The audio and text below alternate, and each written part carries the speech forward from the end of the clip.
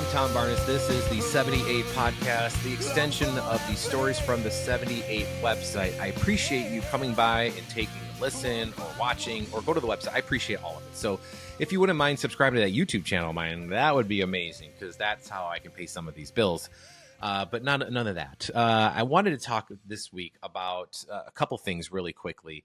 A story I posted on the website was a story over at the Punchbowl Social. Cool place in the West Loop, and a place if you were like looking for things to do with your friends this week, I would highly recommend that place just because you can meet with a bunch of people, have some great cocktails, hang out, and do the whole thing. I was up in Wisconsin, though. This is one of the fun things I want to talk about. I love going to Wisconsin in the summertime, especially if being from Chicago, just because it's like this rite of passage of summer when you live here to get out and go to Wisconsin. And Lake Geneva, one of those places that you go, and some people might roll their eyes when they hear Lake Geneva just because it's so in fashion to go, you know, like you go to Lake Geneva, man. But it's great. I love the North Woods too, but Lake Geneva has a very unique way of delivering the mail.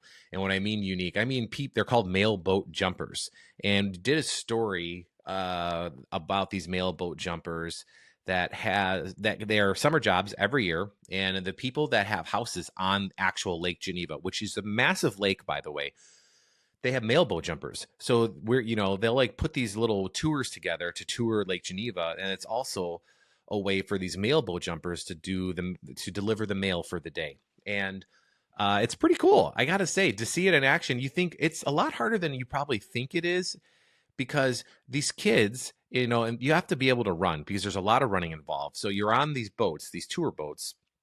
You get up to a dock, you have the mail that's being delivered, and then you have to get to pick up the mail that needs to be picked up. So what they do is they have the boats going, and the boats don't slow down. The boats are going. These kids jump off the dock while the boat's going, run, get the mail, kiss the goose, because they have the gooses. That's like a thing. It's been around for 108 years. They've been delivering mail like this. They kiss the goose, grab the mail, and run back on the boat. And if you miss the boat, you miss the boat. Then you have to walk or run and catch up to the next one. And that's part of the whole shtick of the whole thing. It's been going on for 108 years. It's a really cool thing to see happen. And you'll see these guys running from when there's not available, when you can't find a dock, or if there's not a dock, they'll run like a half a mile to get other mail, and then they get back up onto the boat itself. So it's a fun little story. It's on storiesfromthe78.com. I'll give you the name. It's called Wisconsin Teens Compete for Covered Mailboat Jumpers Job on Lake Geneva. So pretty self-explanatory. I have a friend of mine. Her name is Laura, and she writes for the site as well. She wrote this amazing story about a bar called Electric Funeral. At the Electric Funeral Bar. Now, if you're an Aussie fan, you know exactly what I'm talking about, right? But it's a bar in Bridgeport. If you're not familiar with Bridgeport, it's Bridgeport, like it's where the White Sox play for now. And it's been this South Side neighborhood of Irish, and now it's mixed because it was originally an Irish neighborhood. It's where the Daly family's from and what have you. And it's right by Chinatown, downtown. But this bar, particularly, it's on Halstead Street, which kind of runs through the heart of Bridgeport, is an old neighborhood bar that somebody bought and kind of redid and brought it back to life. And I think it's probably got the best name of any bar in the city. I mean, the Electric Funeral Bar in Bridgeport. And it's everything that is uniquely heavy metal and punk with a sense of goth. I love it. And she wrote this great article about it. So do me a favor, just go over and check out her article itself, because it's all things Aussie. And I don't know, it's goth. It's great neighborhood bar. It's a great example of how Chicago does neighborhood bars. She runs through the list of things that you can order and the foods. They have canned cocktails like seltzers and stuff like that. But they have fun names like the Last Responder, which I think is kind of hilarious. But that's over at the Stories from the 78 website, along with a great story about this place called Local Goods Chicago. So if you like make something, like make jewelry, artwork, some kind of woodworking stuff, Local Goods Chicago, or if you're an artist or a writer that's writing about Chicago, Local Goods Chicago is a place that you want to know, because they'll sell your stuff. It's like kind of, like you can buy like a little part of the store and sell your stuff. And the woman that runs the place is great. Lauren, she's a North Side woman. She works for a really cool company. This is kind of like her side hustle, but it's a great area. If you've never been up to Edgebrook, you can take the train up to Edgebrook. It's got its own stop. It's like right before Niles. But they have a really great area of a spot there where it showcases some of the best of Chicago artists. So highly recommend that. And the other story I posted was about the Hearse Hardcore Funeral Club, or I should say the Hardcore Hearse Club. And it's this club of people that love hearses.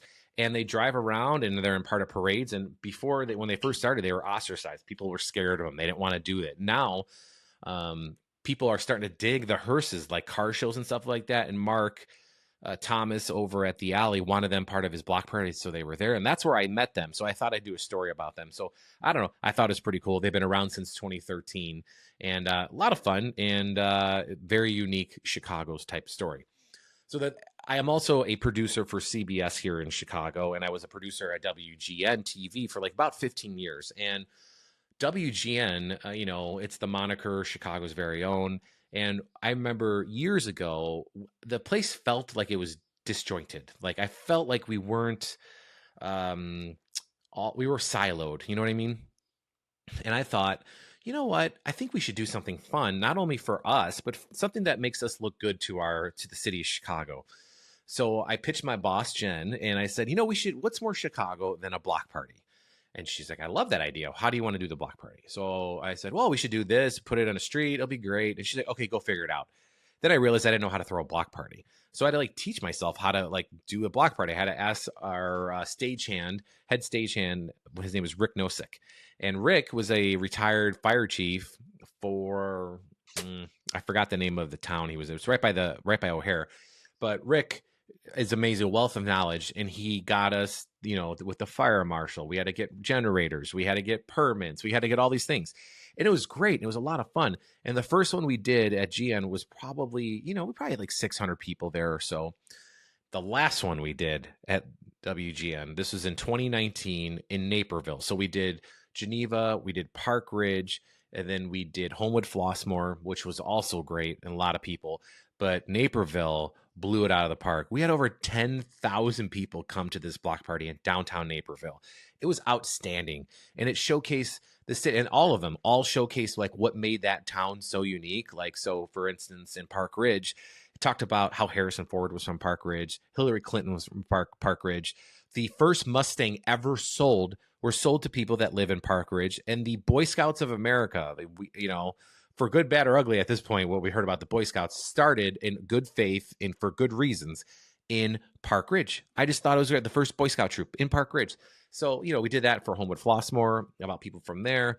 And Naperville did the same thing. And Naperville's got a lot of stories. And for a long time, Naperville was kind of its own thing. It really wasn't a suburb of Chicago until perhaps, as Chicago grew, they grew together. And Naperville, I believe, is the second largest city in Illinois outside of Chicago. So we did a block party there, and it was great. We had Lovely the band, the Strumbellas played.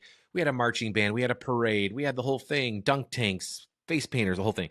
So I thought, now that I'm at CBS, we should do something like that. WGN's not doing them anymore for one reason or another. So I said, and it was my idea, so I'm taking it.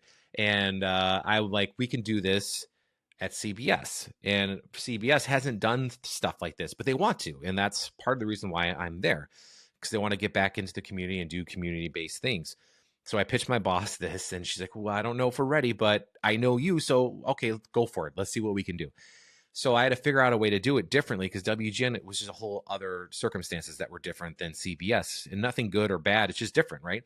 But I did. I figured it out. And I worked with this amazing, amazing woman. Her name is Bonnie Pier.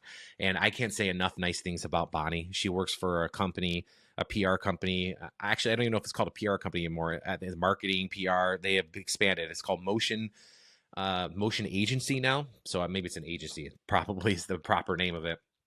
But Bonnie Pier is an amazing woman, and she does the PR for the Pier through the company Motion. So I worked with her to get this party at the Pier off the ground, and boy, oh boy, did we ever. It was a great time. We had so many fun activities along Navy Pier. And the reason why we picked the Pier is because the Pier is the People's Pier. That's what it was built for. That's its moniker. It's the People's Pier of Chicago. And they have so many free activities on the Pier. A lot of people don't know about all the free things on the Pier. Now, I know you grow up in Chicago, you're like, oh, the last thing I want to do is go to Navy Pier. Because when we grew up, Navy Pier was very like McPier. You know what I mean? Like there was a McDonald's, there was like maybe a Maggiano's back in the day there. They had the IMAX theater, and that was kind of it. There wasn't a whole lot of going on at Navy Pier, but it was a fun new shiny toy for Chicago for years and years and years. And a lot of people don't realize that it's been completely renovated. There's a hotel, the Sable Hotel, at the end of the pier that is like, I mean, a top-notch hotel that makes you feel like you're on a cruise ship because it's out on the water, almost a mile out on the water. And then you have art galleries, you have Flyover Chicago experience, you have all these things happening at the pier, and a lot of it's free. I mean, the flyover is not free, but like just to walk on the pier is free, and you can take a boat ride, which is not free, but they're like, they have music, they have these little fun activities. The art gallery's free. You know, you can go in and cool off in the food court that has some of the best food in Chicago. So that's why I wanted to do it there, because it's the People's Pier and you got all the public transportation that can get there and the whole thing. So that's what we did.